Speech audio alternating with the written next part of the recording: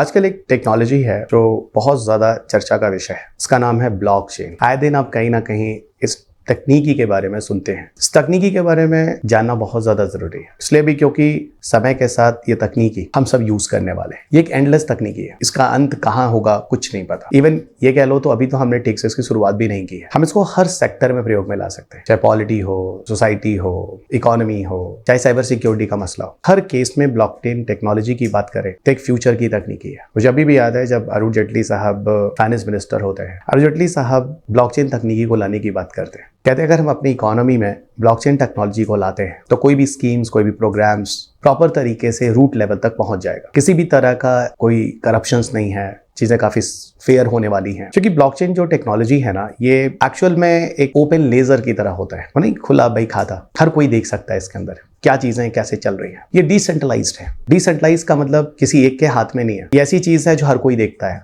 हर कोई इसको एक्सेस कर सकता है। अगर ऐसी तकनीकी जो हर कोई देख सके, हर कोई एक्सेस कर सके, तो कोई एक अपने मन से कोई भी काम कर ही नहीं सकता। यानी अगर कोई करप्शन, कोई किस तरह की चीजें करने वाला है तो हो ही नहीं पाएगा, क्योंकि टेक्नोलॉजी होने ही नहीं देगी। क्योंकि उस जगह पर बैठा उस ब्लॉक में हर व्यक्ति उस चीज को देख रहा होता है। मतलब एक इस तरह की टेक्नोलॉजी है। आप ऐसे समझ लो जैसे कि मेरी क्लास में मैं किसी बच्चे को 10 रुपए दे रहा हूँ और बाद में बच्चा कह रहा है सर आपने मुझे दिया ही नहीं। ये साफ साफ प्रूफ हो रहा है कि बच्चा झूठ बोल रहा है। क्यों? क्योंकि मैंने एक ओपन इस क्लास में 10 रुपए उस बच्चे को दिए थे। ओपन इस क्लास में 10 रुपए देने का मतलब क्या है? जब मैंने 10 रुपए उस बच्चे को दिया था, उस समय उस क्लास में मौजूद जितने भी बच्चे थे तब मुझे देख रहे थे। इसका मतलब ये ओपन है, ये ओपन एक्सेस है। अब यहाँ पे बताओ क्या कभी कोई भी चीज करप्ट हो सकती है? करप्शन हो सकता? हो ही नहीं सकता, क्योंकि बच्चा झूठ बोल ही नहीं सकता, क्योंकि उस समय उस जगह पर मौजूद जितने भी बच्चे थे सब मुझे देख रहे थे कि मैं उसे 10 रुपए दे रहा था। यानी कहने का मतलब है एग्जैक्टली कुछ इसी तरह की टेक्नोलॉजी है जिससे हम कहते हैं ब्लॉकचेन टेक्नोलॉजी। अगर आप इसे ई गवर्नेंस में जोड़ते हो तो सरकार की जो मशीनरीज हैं, ऊपर से लेकर नीचे तक पूरे सिस्टम को जो मैनेज करने की बात होती है, टॉप टू बॉटम अप्रोच को ले जाने की बात होती है, प्रॉपर तरीके से रूट लेवल तक चीजें पहुंच जाएंगी। सोसाइटी में कोई प्रोग्राम लाना है, कोई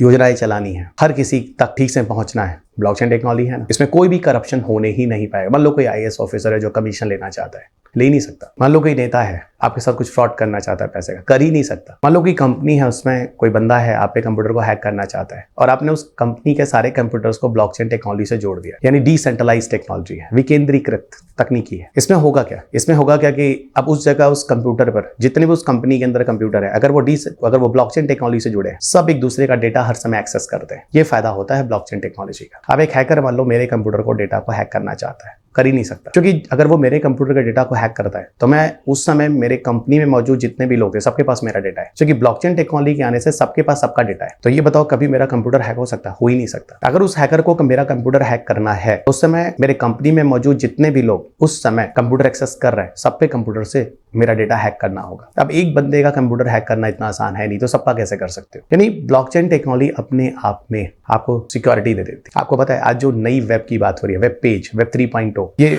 आज का जो वेब 2.0 है ना, जो हम वेब पेज 2.0 जनरेशन यूज कर रहे हैं, इसका एडवांस वर्जन है वेब 3.0। वेब 3.0 ये आपको काफी हद तक एग्जीक्यूटिव राइट भी देगा। यानी जो वेब 2.0 है जो आज हम यूज करते हैं वेब पेजेस, जब आप वेबसाइट पे जाते हैं एक पेज खुलता है ना वेब पेज, वो हम वेब 2.0 यूज करते हैं आज, जहां पर आपको रीड का ऑप्शन होता है, आप किसी कंटेंट को पढ़ सकते हैं, राइट का ऑप्शन होता है, कुछ लिख सकते हैं उसमें, लाइक शेयर कर सकते हैं, बट हाँ उस पर आपका मालिकाना हक नहीं होता। क्यों?